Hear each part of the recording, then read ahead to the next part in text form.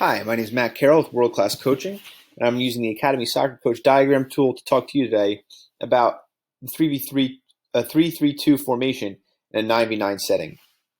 So what I've got set up here is got my 5, my 3, my 2, 11, 7, my 8, 10 hybrid if you want, and then 2 9s here. I think you can really use your imagination, and as long as you're explaining to your players their roles and how you would transfer it to the 11v11 game, I think you can get really creative. But I generally like to use a 4-2-3-1 at the 11v11 game. And this is kind of how I structure and discuss with my players how their role would transfer. Now, your 7-11, your 3, and your 2 is easily the most transferable. The focus here for these guys I want to talk about is overlapping runs and switching positions. I want to get my outside backs forward. I want to get them attacking. You can have a number of attacking options here. It's great. You have 5 guys of your 9 that are ready to go. But what can happen is if you don't get your outside backs forward, you can get a little bit stretched and you get a huge gap. So I really want to talk to my guys about getting overlaps, underlaps, or covering for each other.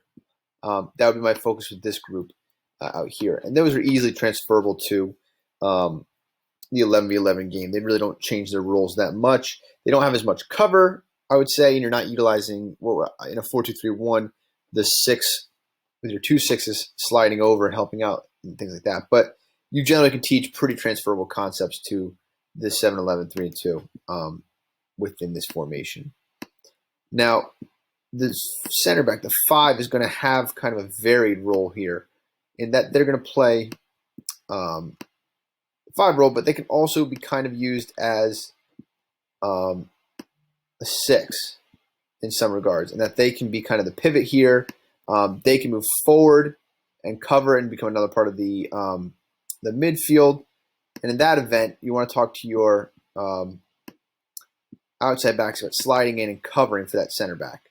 So now we can push what would be our 8 into a 10 role, and the 5 could play as a 6.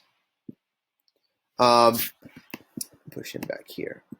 So we can talk to that center back and kind of start developing that idea that they can go forward. They can get into the attack. They can be available.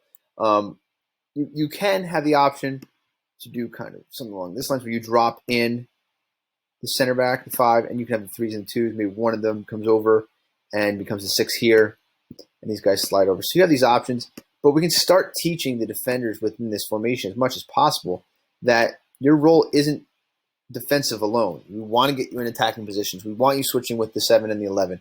We want you getting forward and playing as a 6 as a center back, but also teaching that as you do go forward, you want to provide cover to your teammates and allow that we do have a defensive shape if things are to go wrong, we lose the ball in transition.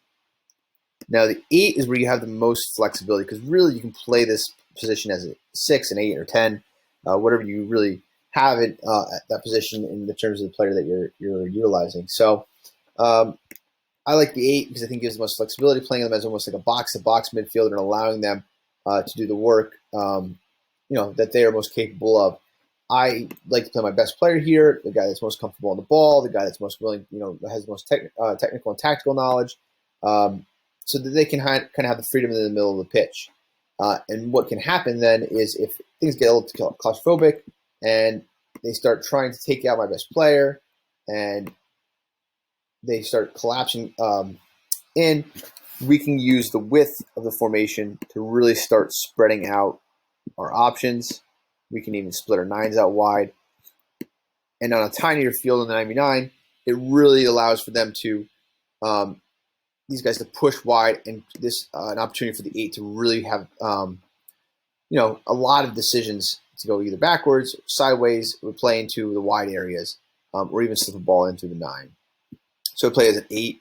If you want to play them as a 10 and kind of get them up in the attacking, more attacking positions, what I would say is push the center back up as a 6 and play the other 1-9 as a false 9.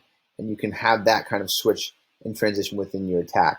And then you can have your wingers go up like this. So there's a lot of options that you can play with that 8, depending on the personnel you got.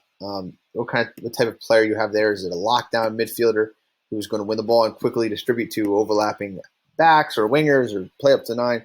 Is it someone that's just an all-around player? Is it someone that needs to stay forward and isn't that midfield role because they are able to get the ball in a little more space than if they were a 9? A lot of freedom to do kind of what fits your squad best at this center position. Now, I said I like the 4-2-3-1. And in that, I know we have 2 strikers here, but I like to play the one striker consistently as a false 9. And this player really just trying to keep the defense honest initially so that they recognize there's 2 strikers. So they're trying to keep those 3 defenders back. So we create a lot more space here for the midfield, but drop them in as much as possible so that we're almost playing a 3-4-1. But again, keep them high as much as possible, allow them to make forward runs, and try to keep that defense honest so they're not able to send another guy forward and flood our midfield and not allow for our 8-10-6, whatever you want to play them as, to be kind of flooded in this midfield because you are really only playing one midfielder here. So playing this false 9 role allows to push them back but still get the benefit of playing 2 players in the middle of the pitch. Or if they are given space, allowing for the 2 forward attacking options. Your other 9 here, again, playing just a straight up 9 role like they would. Again, with the false 9 dropping in, they really are getting that feel of playing as a lone striker. They're looking to be, again, depending on who you got, but generally a target player to allow for your really talented 8, hopefully, or the false 9 to get forward or to play to a winger. Or if the 9 drops, the false 9 drops, the defense follows them, it allows for this 9 to maybe create, run into the gaps that is created by that player chasing your false 9. Again, I think it's a really flexible formation. There's a lot of things you can do. I like to transfer it to a 4-2-3-1. I think there's other formations that you really can get into. Obviously, the 4-4-2 is there. You can get creative with it as long as your players are understanding it and they're understanding their roles and how those are transferable to the 11v11 game. I don't think you can go wrong, but this is how I would line it up to talk about a 4-2-3-1 from this formation in the 9v9 game.